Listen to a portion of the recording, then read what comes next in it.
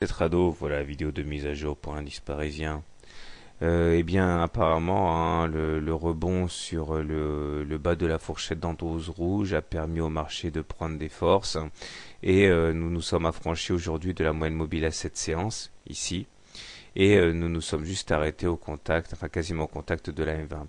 Le gros de la difficulté pour les haussiers sera justement demain de clôturer au-dessus de la M20. Comme vous pouvez le voir, les tentatives ont été nombreuses la semaine dernière, notamment le 9 novembre et le 4 novembre.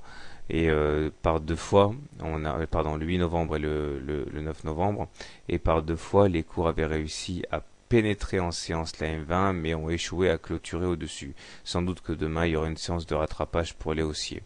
Il demeure que là, vous voyez également que l'intérêt d'attendre la cassure de la ligne de coup avant de jouer les scénarios. J'avais dit qu'il y avait une éventuelle épaule, tête, épaule qui m'a été signalée à plusieurs reprises sur mon blog et par mail.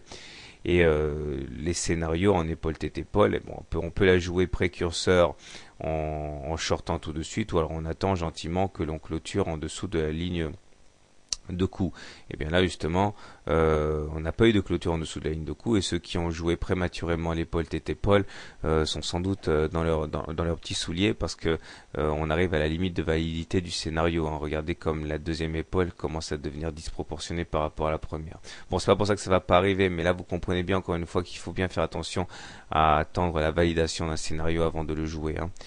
Alors les indicateurs techniques sont en amélioration, mais globalement négatifs, puisque le MACD demeure sous son signal à des niveaux très très faibles. Le stochastique lui aussi remonte vers son signal, mais sur des niveaux faibles aussi, et le momentum est toujours négatif. Si à cela on ajoute le fait qu'on est en dessous de la M20, qui elle-même est décroissante, pas de doute, on est en tendance baissière.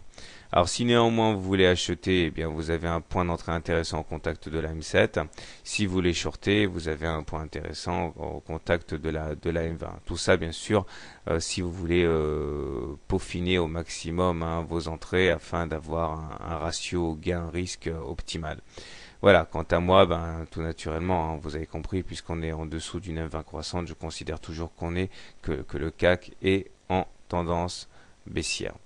Voilà, une toute dernière chose, divergence haussière sur le momentum ici, regardez, hein, puisqu'on a fait des plus bas sur les cours, mais qui n'ont pas été suivis de plus bas sur l'indicateur, ce qui explique sans doute, et j'ai eu tort hier de ne pas le mentionner, tout simplement parce que je l'avais pas vu, que cette divergence haussière de momentum, c'est sans doute ça qui explique la poussée haussière qui nous amène à aller chercher la M20.